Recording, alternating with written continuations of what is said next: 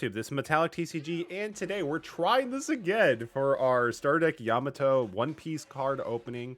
So if you have seen this video, then you've already must realize that I've been actually opening up a little bit of One Piece product here on the channel, starting with the Luffy starter deck here, which I'll leave this link in the description of this video. But yeah, we actually got a bundle pack for the Luffy and the Yamato deck, so I decided to pick them up both, just so I can have some decks, you know, on hand at home on a starter deck level if I ever wanted to teach somebody else how to play the game, or just have fun, casual, not fast-paced games. We had a little bit of a tech issue at first, where the first video got corrupted when I was in the middle of recording, or I just wasn't actually recording. Either one of those is very possible. So we did actually open up the deck. I've looked at the first two cards in the deck, which was Yamamoto and Kazuki Odin, which I guess with Odin's card, I'm actually a little bit more in favor of the fact that it's a double attack, while Yamamoto's effect seems pretty decent, just having an additional 1,000 when you have 2 or less life cards, which is kind of like a last push for, you know, aggression if you're in a lower game state. So yeah, these are the only cards I've actually went over to so far, I promise. Oh wow, they're actually breaking the chain. We actually don't have 4 copies, but 2 copies of Fire Fist Ace, Portugal Ace. So with Ace, once per turn, if this character would be KO'd, you may trash 1 card from the top of your hand or the bottom of your life cards instead. Interesting. So I guess it's kind of like, I mean, he is a 7,000 attacker, like no power. So I guess having Ace on board, if you're cool, just ditching a card from your life cards, you know, I guess it is interesting.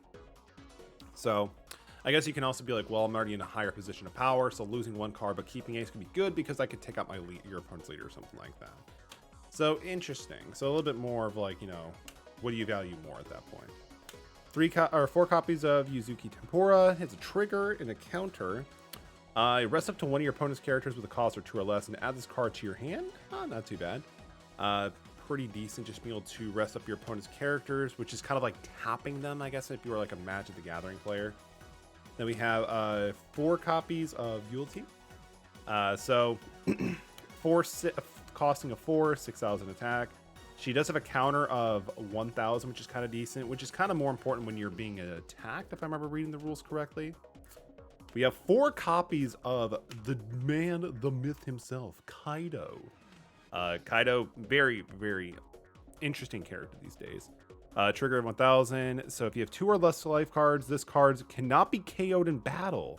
That is actually kind of sick. That is actually kind of sick. Like the fact that it's immune to battle, really, really good. So far, of course, in these star decks, we haven't seen a whole lot of like removal, besides like, you know, resting them, or we haven't seen a whole lot of like direct trash. But I'm assuming the game with like the more high rarity cards, like it gives you the ability to just like trashing an opponent's card on the field. Yeah, we got Momonosuke. Very, very interesting. I like the design for One Piece art. Like one thing I did give it like, you know, credit for, like with the Luffy deck we were opening, I do like the card art and how it's not like just a rehash of like anime scenes. So again, just a 2/4. He is a count of 1,000, which is pretty decent. Which you can then just use to like discard cards and be able to give your attacking stuff or being attacked a bit more. Then we have 3 copies of Shinobu. She is our first blocker for the deck, so that's actually pretty good. For those who don't know, blockers, you basically just like, you know, have them take the attack as opposed to your leader, which again, blocker in the name. So on block, you may add 1 card from the top or bottom of your life cards to your hand. This card gains 4,000 power during this battle. Interesting. I kind of like this because it's like, what do you value more? Being able to prevent the attack from going through and be able to do some, you know, like be able to win the battle, or do you prefer to have life cards? So Shinobu doesn't seem too bad. Then we have Blue Zora. No, I'm just kidding. Shibutsuki Utamura. So probably from Wano. Like I know of Wano arc, but I haven't actually read it or watched it myself 100% yet. So you know, just take that with a grain of salt. So by paying 1 Dawn, when attacking, you may add 1 card from the top or bottom of your life cards to your hand. Play up to 1 yellow land of Wano character type with a cost of 4 or less from your hand. Not too bad. You're basically having to pay 1 Dawn, which is like, you know, your resources over here to activate your effects and summon stuff. But also, it allows you to be able to play a character, a yellow type character, which is what Wano is. For Luffy's structure deck, by the way, the characters were black. So they have like a color coding system, kind of like what Magic the Gathering and Dragon Ball Super does. But I kind of like that. It gives them like their own form of identity. So not too bad. Again, this is all coming from a One Piece person who just opened the first structure deck like literally 20 minutes ago. So me knowing truly what is a great card and what the gameplay of the state is yet to be determined. We have 4 copies of Fugetsu Umushibi. I'm probably butchering that. So it's a power trigger of 1,000. It's a 3/4, and its trigger effect is K up to one of your opponent's characters with the cost of 1 or lesser from this card to your hand. Interesting. So one thing I'm actually kind of interested in seeing how it works a bit more is like the cost reduction. There's not a whole lot of like cards that are like 1 or less in this overall game. When I was going through the Luffy structure deck, there were some things that kind of lowered your opponent's cost. So, which is a kind of interesting form of removal where you're lowering your opponent's like cost of the monster and then just removing it based off of that. We got 4 probably copies of Monkey D. Luffy. Such a good character. I really do like Luffy as a character. And also gear fit is super cool. 3/5 with a counter power plus of 1,000. Not too shabby. It's kind of interesting. Luffy was the leader for the previous deck, and then also we have him as like, you know, a character in the deck itself. Still, Luffy's cool. I'm down for Luffy. And then we have the character themselves, Yamato.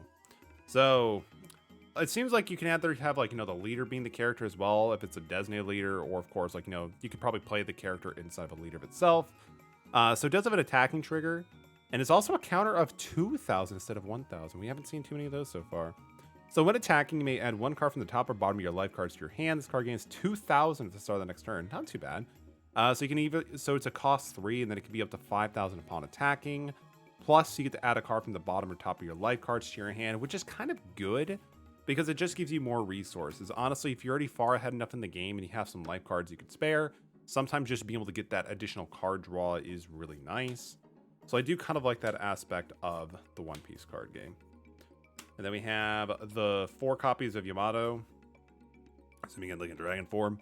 5 cost for 7,000, counter of 1,000, not too bad. And then we have some event cards here, so let's actually go into that because we haven't really seen any event cards in this. Oh, there's only 2. So for the 2 events, we have Narkabura Arrow. So it's a counter. So if you have 2 or less cards, give up one of your opponent's leaders. Wait, no. So if you have 2 or less life cards, give up to one of your opponent's leader or character cards minus 3,000 during this turn. Not too bad. Not too bad, actually. You may trash 2 cards from your hand for the trigger. Add up to 1 card from the top of your deck to the. So that's actually kind of cool too. It's kind of like it's like a delayed draw in effect, but it also keeps you in the game a little bit longer because you have more life cards.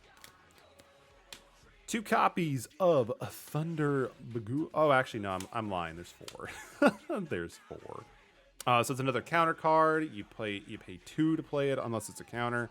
Add up to one of your leader or character gains plus 4,000 during this turn. Then if you have 2 or less life cards, add up to one of your opponent's characters with a cost of 3 or less to the bottom of the owner's life. Face up. Interesting. It also allows you to draw a card, which is pretty cool. I do like that. There's a lot of things going on in this card. It's a really good offensive card with a 4,000. Pretty good for recurring some of your... Like, if you're in a low situation here with less than 2 or life cards, you can return one of your opponent's costs with 3 or less to the top or bottom of their life cards face up. So it just basically helps get rid of a problematic threat you're dealing with and having to deal with it later. And then, of course, hopefully by the time you're doing it later, you're going to be in a much better game state.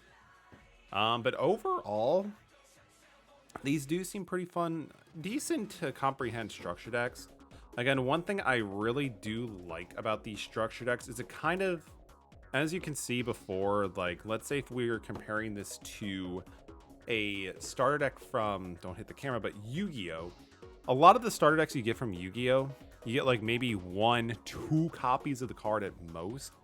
And then eventually you kind of figure out like, you know, multiple copies of the same card if legal. It's really good for consistency.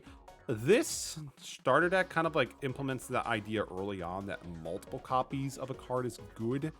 Just because, again, more copies, more consistency. So overall, really like the art. The feel of the cards are pretty good. Game seems very simple and easy to understand. Very, very similar to Bandai's other endeavor of Dragon Ball Super. But just like a few different things here and there.